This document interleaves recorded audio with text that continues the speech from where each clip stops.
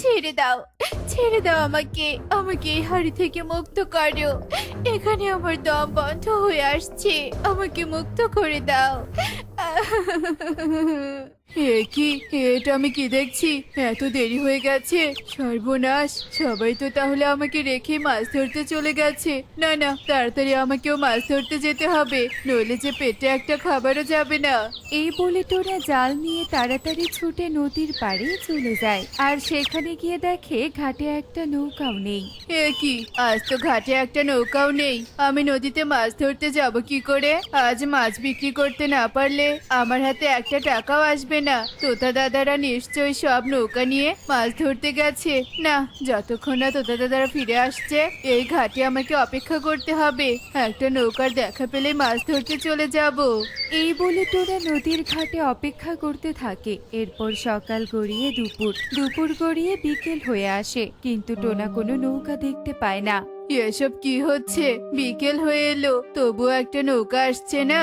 এই মাছ ধরার অপেক্ষায় না থেকে যদি একটা অন্য কাজ করতাম, তবু আজকের জন্য খাবার জোগাড় করতে পারতাম। কি আর করার, আজ আমাকে না খেয়েই থাকতে হবে। যাই, বাড়িতে চলে যাই। আরে, এটা আবার কি ভেসে আসছে? দেখে তো মনে হচ্ছে একটা হাড়ি। দেখি তো গিয়ে। এই বলে টোনা সামনের দিকে এগিয়ে যায় আর হাড়িটা নদীর কিনারে আসলে টোনা হাড়িটা হাতে তুলে নেয়। বাপরে, হাড়িটা তো দেখছি ভীষণ ভারী। এই হাড়িটার ভিতরে আবার কিছু নেই তো? দেখি তো খুলে।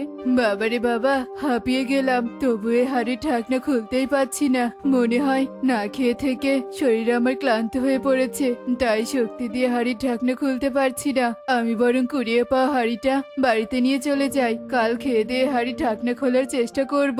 এরপর টোনা কুড়িয়ে পাওয়া হাড়িটা বাড়িতে নিয়ে যায় আর রাত হলে টোনা ঘুমিয়ে পড়ে। তারপর দেখতে দেখতে রাত গড়িয়ে সকাল হয় আর সকাল হতেই টোনা হাড়িটা হাতে তুলে নেয়। এই হাড়ির ভিতরে কি এমন থাকতে পারে? এটা দেখার জন্য আমার মন এতটা ছটফট করছে কেন? টোনা যখন এভাবে বলছিল ঠিক তখনই হাড়ির ভেতর থেকে কথা ভেসে আসতে থাকে আর কথা শুনে টোনা চমকে ওঠে। আমাকে মুক্ত করো, আমাকে মুক্ত করো। আমি যে হাড়ির ভিতরে আর থাকতে পারছি না। কি কে কে কে কে কে কে হাড়ির ভেতর? কে হাড়ির ভেতর কথা বলছো? কে? আমি রাজকুমারী টনি। আমি এই হাড়ির ভিতর আর থাকতে পারছি না।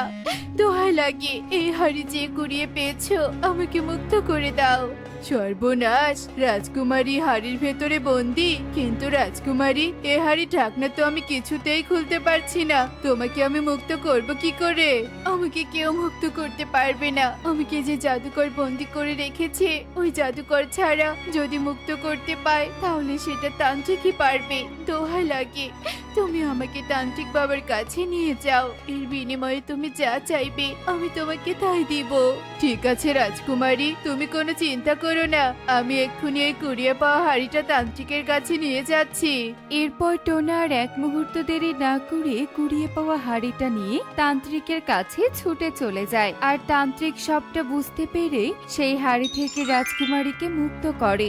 ধন্যবাদ তান্ত্রিক বাবা, আপনাকে অসংখ্য ধন্যবাদ। সাথে তোমাকেও ধন্যবাদ টোনা। তুমি আমাকে তান্ত্রিক বাবার কাছে না নিয়ে এলে আমার যে কি হতো। থাক রাজকুমারী, আমাকে আর ধন্যবাদ দিতে হবে না। কিন্তু রাজকুমারী, তোমার এই অবস্থা হলো কি করে? বলছি, তোমাকে আমি সবটা বলছি। আসলে আমি রাজার একমাত্র কন্যা। বাবা বলেছে যে আমাকে বিয়ে করবে, রাজ্যের ভার তাকে দিবে, সবকিছু আমার স্বামীর হয়ে যাবে। আর এসব কিছু আমার রাজ্যের মন্ত্রী শুনে লোভে পড়ে যায়। ইস, একবার যদি রাজকুমারীকে বিয়ে করতে পারতাম তাহলে এই রাজ্য সহ রাজকুমারীকেও পেতাম, কিন্তু রাজকুমারী কি আমাকে বিয়ে করবে? মন্ত্রী কালু এসব নিয়ে অনেক জল্পনা কল্পনা করে। পরিশেষে মন্ত্রী বাবার কাছে বিয়ের প্রস্তাব নিয়ে আসে। না মন্ত্রী, আমি তোমার মতো কালো পাখির সাথে আমার মেয়েকে বিয়ে দিব না। আমার মেয়ে অনেক সুন্দরী, তাই তার স্বামীকেও অনেক সুন্দর হতে হবে। যতই হোক সেই হবে এই রাজ্যের পরবর্তী রাজা, বুঝেছো? কি, রাজামশাই কিনা আমাকে এত বড় অপমান করলো? এই অপমানের শাস্তি আমাকে দিতেই হবে। রাজকুমারীকে যখন আমি বিয়ে করতে পারবো না তখন রাজকুমারীর সাথে আমি কারোর বিয়ে হতে দিব না।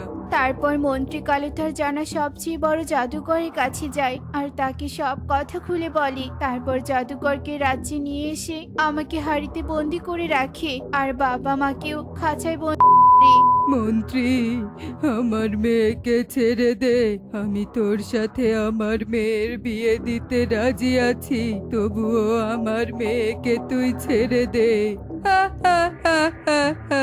বোকা রাজা, আমি তোর মেয়েকে বিয়ে করতে চাই না। আমি এই রাজ্য চাই। এখন থেকে তোরা বন্দি থাকবি আর আমি এই রাজ্য চালাবো। আর তুই তোর সুন্দরী মেয়ের কারণে আমাকে অপমান করেছিলি, তাই না? এই হাড়িবন্দি রাজকুমারীকে এখন আমি নদীতে দিয়ে আসবো। হা, হা, হা, হা, হা। আর তারপর মন্ত্রী কালু আমাকে নদীতে ভাসিয়ে দেয়। আর তারপর ভাসতে ভাসতে টোনা আমাকে কুড়িয়ে পায়। রাজকুমারী, তুমি কেঁদো না, তুমি কাঁদলে চলবে না। ওই শয়তান কালুর হাত থেকে তোমার বাবা মাকে মুক্ত করতে হবে। কিন্তু টোনা, আমার বাবা মাকে আমি মুক্ত করব কি করে? ওই মন্ত্রী কালু তো আমাকে দেখলেই আমাকে আবার বন্দি করে রাখবে। রাজকুমারী, তুমি কোনো চিন্তা করো না, তোমার সাথে আমি আর টোনা আছি। ওই কালুকে আমি বন্দি করে রাখতে পারবো। সত্যি বলছেন তান্ত্রিক বাবা? আপনারা আমাকে সাহায্য করবেন? আপনাদের দুজনকে যে আমি কি বলে ধন্যবাদ দিব ভাষায় প্রকাশ করতে পারছি না। চলুন, আমাদের এক্ষুনি যেতে হবে। এরপর টোনাটুনি আর তান্ত্রিক চুপি চুপি টুনিদের রাজ্যে প্রবেশ করে। এ কি রাজকুমারী, তুমি তুমি মুক্তি পেলে কি করে? জাদুকর তো তোমাকে বন্দি করেছিল। বজ্জাত মন্ত্রী, উপরওয়ালা যাকে বাঁচাবে সেখানে স্বয়ং জাদুকরও কিচ্ছু করতে পারবে না, বুঝেছিস? তুই অতি বার বেড়েছিস। এখন তোর ঝরে পড়ে যাওয়ার সময় হয়ে এসেছে। হা, হা, হা, হা, হা। বোকা রাজকুমারী, তোর বাবা মা যেমন বন্দি হয়ে আছে, তোকেও দেখছি সেভাবেই বন্দি করে রাখতে হবে। প্রহরী, এক্ষুনি এই রাজকুমারীকে বন্দি করো। দুষ্টু মন্ত্রী, সেই সুযোগ আমি তোকে দিব না। টোনা, যা, তুই রাজা রানীকে মুক্ত কর আর আমি এই কালুকে বন্দি করছি। এরপর তান্ত্রিক মন্ত্রী কালুকে বোতলে বন্দি করে ফেলে আর টোনা তাড়াতাড়ি গিয়ে রাজা রানীকে খাঁচা থেকে মুক্ত করে। আর রাজা রানীকে মুক্ত হতে দেখে টুনি অনেক খুশি হয়ে যায়। মা বাবা, তোমরা মুক্ত হয়েছো। তোমাদের আর কোনো চিন্তা নেই মা বাবা, আর কোনো চিন্তা নেই। মা টুনি, তুই বেঁচে আছিস। আমরা তো ভেবেই নিয়েছিলাম আমরা আমাদের মেয়েকে আর ফিরে পাবো না। হে ওপরওয়ালা, আপনাকে অসংখ্য ধন্যবাদ। আমার মেয়েকে আপনি রক্ষা করেছেন। হ্যাঁ বাবা, সব হয়েছে টোনার কারণে, জানো? এরপর টুনি সব ঘটে যাওয়া ঘটনা রাজা রাজুকে খুলে বলে। সব শুনে টুনির বাবা অনেক খুশি হয়ে যায়। বাবা টোনা, তুমি অনেক ভালো। নিঃস্বার্থভাবে আমার মেয়েকে সাহায্য করেছো। তোমার মতো ছেলেকেই আমি খুঁজছিলাম। তুমি অনেক সৎ, নিষ্ঠাবান, পরোপকারী। তাই আমি চাচ্ছি আমার টুনির সাথে তোমার বিয়ে দিয়ে এই রাজ্যের রাজা তোমাকে বানাবো। তোমার কি কোনো আপত্তি আছে? রাজা মশাই, আপত্তি থাকবে কেন? সারা জীবন আমি একা কষ্ট করে বড় হয়েছি। এখন আপনাদের মতো পরিবার পাবো, রাজ্য সামলাতে পারবো। এর থেকে ভালো আর কি হতে পারে? আমি রাজি রাজা মশাই, আমি রাজি। সত্যি বলছো টোনা? তুমি আমাকে বিয়ে করবে? আজ আমার অনেক গর্ব হচ্ছে যে তোমার মতো পরোপকারী পাখিকে আমার জীবন সঙ্গী বানাবো। এরপর রাজা তার রাজ্যে বিশাল আয়োজন করে আর ধুমধামে টোনা আর টুনির বিয়ে দিয়ে দেয়। আর তারপর থেকে টোনা সৎভাবে রাজা হয়ে রাজ্যের দায়িত্ব পালন করে।